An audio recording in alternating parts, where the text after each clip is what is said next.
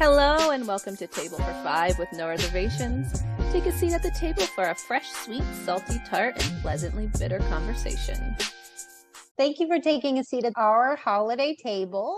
We have a Storytellers episode this evening with some lovely ladies who are going to be sharing their stories. So tonight I have Rachel. Hey. Jen. Hello. Kim. Hi. Jamie. Hello. And I'm Tabitha. So hang on to your seats. Listen to these holiday stories. All the Time Trying by Carrie Cariello. Hey everyone, Carrie Cariello here. I have 5 kids and my second son Jack is diagnosed with autism. Jack is 17 now, but the piece I'm about to read is something I wrote when he was 12. I wrote it about what it's like for our family to go to holiday parties, and I wrote it from his point of view to give an idea of what kind of the chaos and the sounds all feel like for him based on some conversations I had had at the time with my son. Last week, my mom took me to see a doctor. It takes us usually 42 minutes to drive there, and we always stop at lunch at the same restaurant on the way home. I order the cheeseburger, and it is very good. I like this doctor a lot. She's called a developmental pediatrician. This time, the doctor and my mom talked a lot in the small office. Their voices were quiet, almost like whispers, but not exactly. New medicine? Good, fine. Depression? A little better. Sleep? Yeah, almost all night now. After 1 hour and 4 minutes, the doctor closed her folder and said to my mother, "Remember, this time of year is hard for kids like Jack. The holidays feel very chaotic for him. People will think you are controlling and rigid, but try to keep him on his schedule." I like my schedule. It makes me feel safe and cozy and warm, like I am wearing a big, soft blanket. I also like parties. I like to try the cookies and look inside people's houses, and especially to open presents. But at the very same exact time, parties are scary, hard, unusual, different every time for me. Firstly, I don't like to wear itchy clothes like red sweaters or khaki pants with buttons. With the pants, I always have a fear that I won't get to them to be unbuttoned in time for the bathroom. That would be for me embarrassing. And people like to hug every minute. I do not like to hug people all the way. I don't mind a hug with one of my arms, but both arms is too much closeness for me. Then there is the loudness, with everyone talking all together and laughing big laughs and putting clanging pans into the oven. It echoes in my ears and repeats over and over in my brain.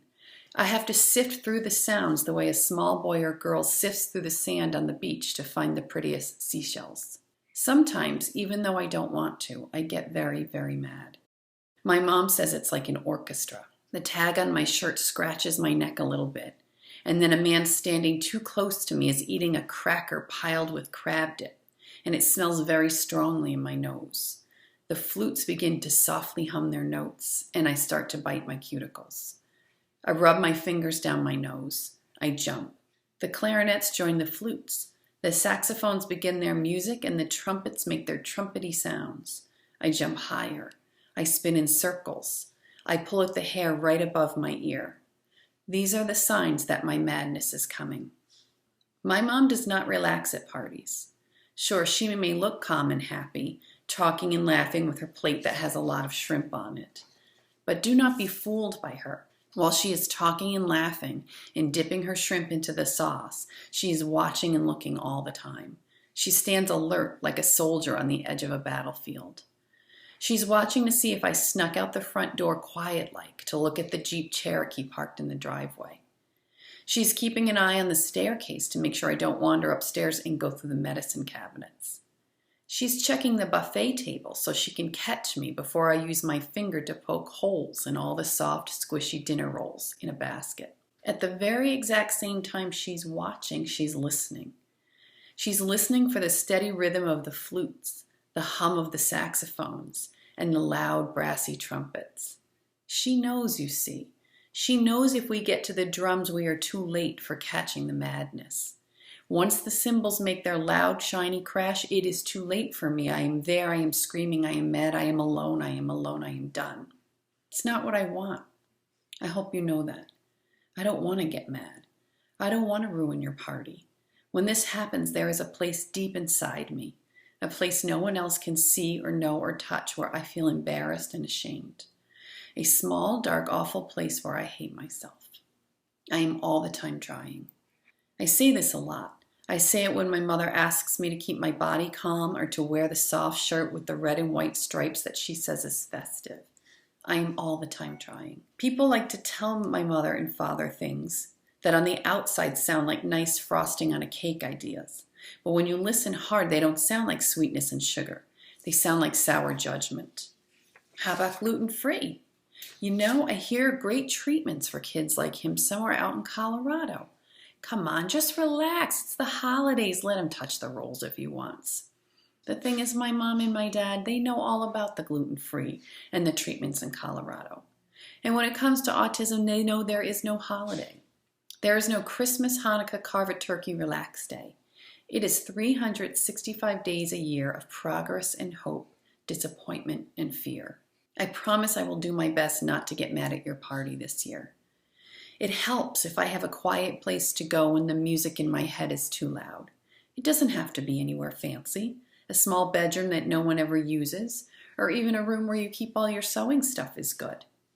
And if you are nice and you give me a present, try not to get too sad or maybe a little upset if I don't seem so excited. I love presents. I really do. On the inside, I'm jumping up and down and my heart is skipping like it has a jump rope. But it's hard for me to get my outsides to match my insides. Follow my mother. Watch carefully as she sets her plate down and walks to me and takes both my hands in hers. Listen to her words. Shh, Jack, it's okay. Let's calm down. I'm here now. Watch my father as he puts his strong hands on my shoulder and turns me around until I am facing him. Come on, buddy, let's take a walk. See, my mother and father know what's best for me. They know autism is little more than a delicate ballet full of forward movement and backward retreat. They know how hard I am trying to march to everyone else's tune, even when it's easier to dance to my own beat. Don't do the judgment. I think what I would like the very most at the party is for you to talk to me. Try to get to know me. I'm interesting, I'm funny, I'm smart, I love Disney, and I bake cakes, and this year I wrote a letter to Santa and asked him for a selfie stick. I'm here. I'm waiting. I'm all the time trying. From Jack. Carrie Cariello is a mom to 5. She's also a published blogger, author, and speaker. She writes about parenting, marriage, and family, but a lot about her son Jack, who's 17 and has autism. You can follow her on Facebook as Carrie Cariello.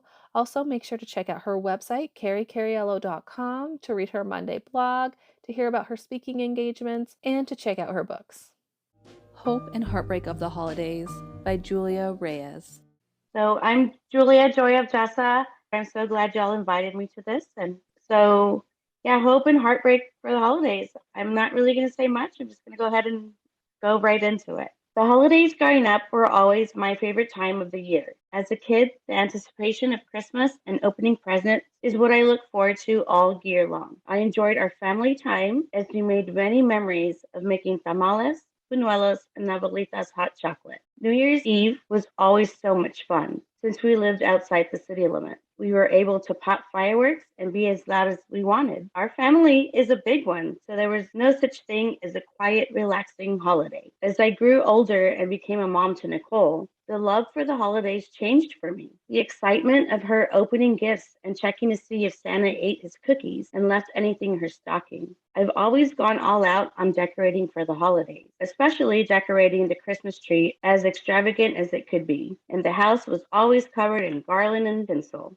These past 6 years, the holidays have been different since Jessa's diagnosis of autism. Several things have changed how we celebrate the holidays and how we do holidays, but they are still so wonderful, and we've learned how to do it in our own way. So, first, there's the decorations, the lights, the trees, the music. It's just such a sensory overload for little Miss Jessa. I've learned that the minimum is best. It's a constant battle of don't touch, put that down, leave that there. At the end of it, it's all going to be put back in the box you took it out of. So just let them do what they want to do and decorate for what's best for them. Second, there are the gifts. Unfortunately, until this past year, Jessa didn't understand and didn't like the opening of gifts. I still don't know if it was an overwhelming feeling because we all stared at her, or the discomfort of her itchy Christmas dress that I made her put on. The texture of the wrapping paper, or the flashing lights of pictures. You see, Jessa's nonverbal, so she isn't able to tell us what and how she is feeling.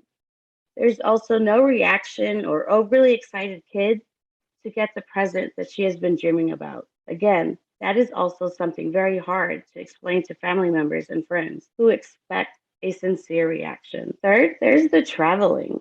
My husband and I both come from divorced families, so there are usually 4 different households that we have to split our family time at. This is difficult for anyone, but especially Jessa. She's used to her home. Way too many places and people in a week, it's just too much. So anytime we get to, I'm more than happy to host, and everyone's more than welcome to stay as long as they want. And Jessa, well, she will just be here. Whether she's in the room with us or not, she's at least experiencing the holidays with us in her own way. And then fourth, there's the traditions. Growing up in a Mexican culture, there's a lot of traditions that come with the holidays, especially the food. Growing up, we were forced to eat these things, not wanting to, but we had to. So, of course, when Jessa was in the toddler years, it was hard to understand why she didn't like the tamales and the menudo, and to others, it would have looked like she was just spoiled. We now bring whatever Jessa likes, and we set her plate at the table. And if she likes, she can join us at the table, or she eats when she's ready. We choose our battles so we can enjoy our holidays. So, needless to say, it was heartbreaking to see that Jessa didn't enjoy Christmas, especially because that is my favorite holiday. Now, as Jessa has gotten older, I seem to dislike the holidays, and that was heartbreaking for me. It was always a constant battle at every house we went to, her not to touch anyone's decorations, their beautiful trees, and collectible ornaments. I still feel bad for all the ones she's destroyed. You know who you are. I've now learned to let people know if it's sentimental or valuable, please hide it. Jessa doesn't comprehend the history and the value of something like that. In her eyes, they're just fun toys to play with, especially if it's sparkly. I see so much hope and joy now for the holidays as she's gotten older and we've learned how to navigate what works best for us and what brings the best out of her in the holidays. So even though our Thanksgiving, Christmas, and New Year's aren't full of extravagant decorations, tons of gifts, full houses, and big parties, our hearts are full of the joy that Jessa brings us in her own way. I'm hopeful that one day she will eventually love and continue with the family traditions that we will still continue in our way. Julia is a mom and blogger who writes about her autistic daughter, Jessa. She invites readers to find the joy in the journey, understand the IAP, and nourish the future.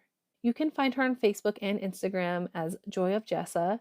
You can also check her out at joyofjessa.com. New Traditions for a New Era by Kate Anderson. Hi, my name is Kate Anderson. New Traditions for a New Era, written December 16th, 2020. When I was growing up, we celebrated every single holiday and birthday with my extended family.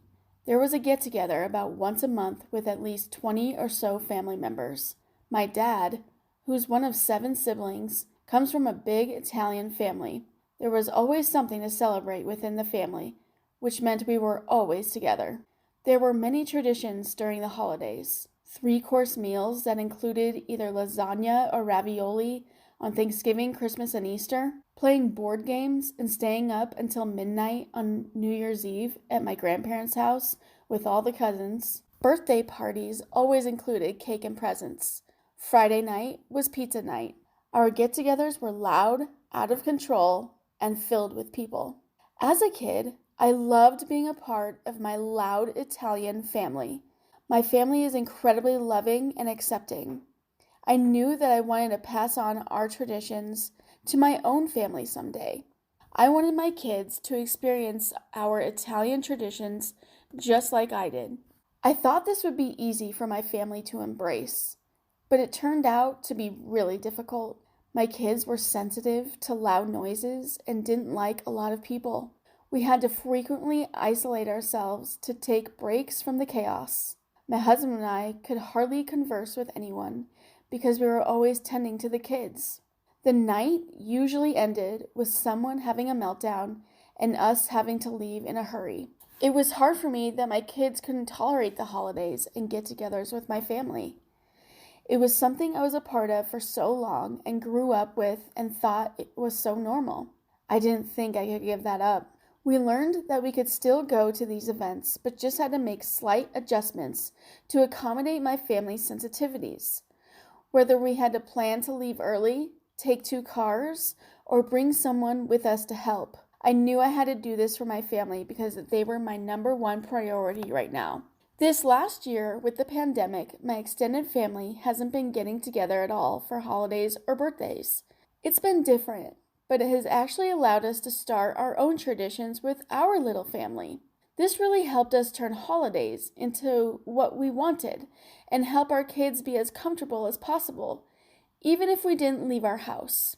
On Easter, we stayed home and had a little egg hunt for the kids. For birthdays, we had drive-by parties. As stay-at-home orders gradually lifted, we spent 4th of July with close family. On Halloween, we set out candy bags in our driveway while we trick-or-treated down 2 blocks, then stayed home the rest of the night. We went to my parents' house for Thanksgiving with just our family, and for Christmas, we're having my parents over. We actually had them over a few years ago, Christmas morning, and we loved it because we didn't have to go anywhere. We're thinking that could possibly be a new tradition. We also celebrated St. Nicholas's feast day on December 6th this year, which I never did as a kid. We decorated our tree that day, something else we're trying to implement annually. These traditions have been good for my family. It's quiet, fewer people, and we're in our own home. I've loved celebrating these holidays with just my family and coming up with new traditions. Our traditions. We may not be celebrating in the same way that I did growing up, but we are rejoicing with the traditions that we created together. In a year of uncertainty, it brought us closer together during the most important times. It reminded us what the holidays are all about: family. Kate is a mom and blogger from Colorado. She started writing her blog because she has 3 beautiful children with special needs. She's learned so much over the past few years that she wanted to pass on her wisdom to other moms who need support and help. You can find her at thisspecialjourney.com, This Special Journey on Facebook, and This Special Journey 1 on Instagram. This holiday season, I See You, My Son by Jamie Ramos. A letter to my autistic son. The snow, the decorations, family. I know you love it all with every fiber of your being. I think sometimes as I'm explaining how hard the holidays are for you to others, they think that you don't like it. But I know it's the opposite. You love it. You love it so much that it engulfs you. It becomes too much. You need the ever-constant rhythm of your life, and you want to step outside of it to celebrate. But it's hard. You want to be around everyone for the big dinners and the fun, but you hide from them. And don't worry, if you want, I'll hide with you. Rubbing your back on someone else's bed has become our own little tradition. You love seeing the wrapped gifts under the tree, but can't understand why we have to unwrap them. That's okay. I can hear it now. I can hear the higher volume of each person's voice as it claws over the others. I can hear the wrapping paper tear and several people calling your name. It's so confusing and loud. And I can feel it too. The pressure of everyone watching you open gifts is suffocating, and how you can't understand that people expect you to react to each item. And then how it almost becomes a competition to win over your smile. And so I sit with you in our corner, one-on-one, creating our own bubble amongst the mayhem. But throughout the season, I see all the things you love so much, like the snow. When we get that first heavy snow with the big flakes, you and I go stand outside and watch them fall. We stare up and watch as each one hits our faces. You jump for joy and then you become completely relaxed. A calm I rarely see. A peace of sorts. It's your heaven on earth. And then the decorations. You love decorations, especially the big tacky ones I can't stand. You know where all the inflatables are in the neighborhood. I've gone against every fiber of my being and put them in our yard. You stare at the window and look at all the beautiful lights on people's houses. Wherever we go, we search out the lights and decorations. My favorite way to see them is in the reflection of your eyes as they sit content, and I know that equals joy. Then being with family. I know they can't tell, but you love being around your family. In your logical mind, it's a must. We must see family on holidays. You love seeing everyone's excitement. You come to me and point out who's there, whether or not you dare to ever greet most of them. You hide in your room and run out every so often to check who's there. And when you and I go back alone, I can see you stimming and smiling, so happy that people are there enjoying the holiday. Jessie, as you grow, I want to thank you for trying for me, trying for us. I see you come out more often. I see you playing with cousins for as long as you can. I see you stay the whole time during gift opening because you know I want to be there to watch your sister. I see you have hard times at night. The long day reels through your mind and you can't sleep as you script and loop. And I know you don't just do it for me or anyone else. I know you want to be there. And it takes every fiber of your being to do that. Just know that you are never on your own. I see it all. I see you, and I am always watching to help you through. And as I help you through, I want to thank you for helping me too. Helping me see the holidays so differently. Helping me see that the decorations are all beautiful. Helping me find the peace in the snow. Helping me see that it's fun just to lay underneath the tree and look up at all the lights and all the branches. To help me feel and appreciate every ornament. To sit in the dark by the tree and watch a train go around and around. To take a step back and see the beauty in all the small things. To see that the holiday is made up of a million little things. And to take it in one piece at a time. Thank you. Jamie is a mom and blogger who often writes about her autistic son and how they navigate the world together. You can find her at jamieramoswrites.com and Jamie Ramos Writes on Facebook and Instagram. Hope for the Holidays by Jennifer Dunn.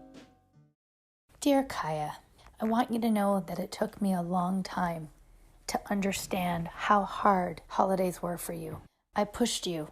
I took you house to house. I made you sit through opening presents, sitting at tables, being around food, and other things that you just couldn't handle.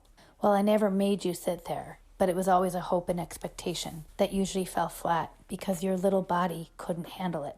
I remember the early years and trying so desperately to fit in parties, only to have you run room to room, up and down stairs, screaming and frantically trying to find your way. I did that, and I am sorry. Through the years, I learned that it wasn't about Christmas, Thanksgiving, Easter. It was about you and finding your joy. None of those events gave you that joy. In fact, they caused you tremendous heartache.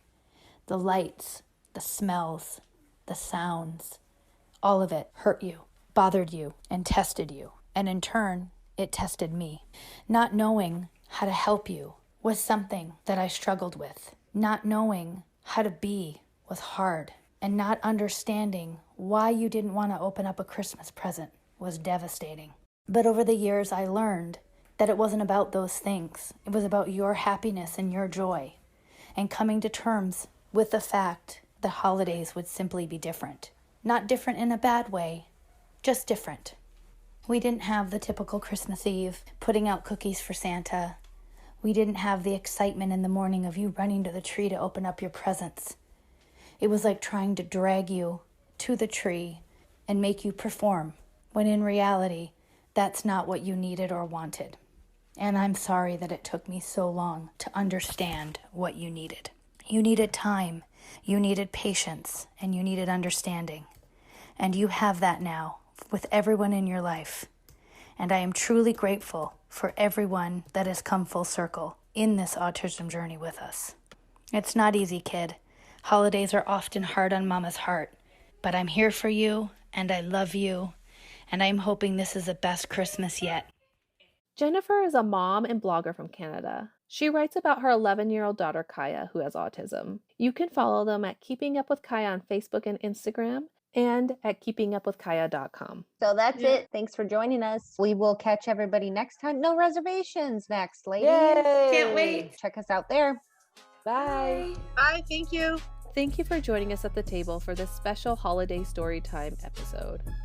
If you are enjoying our podcast and where you're listening allows, we would appreciate if you could rate and review us.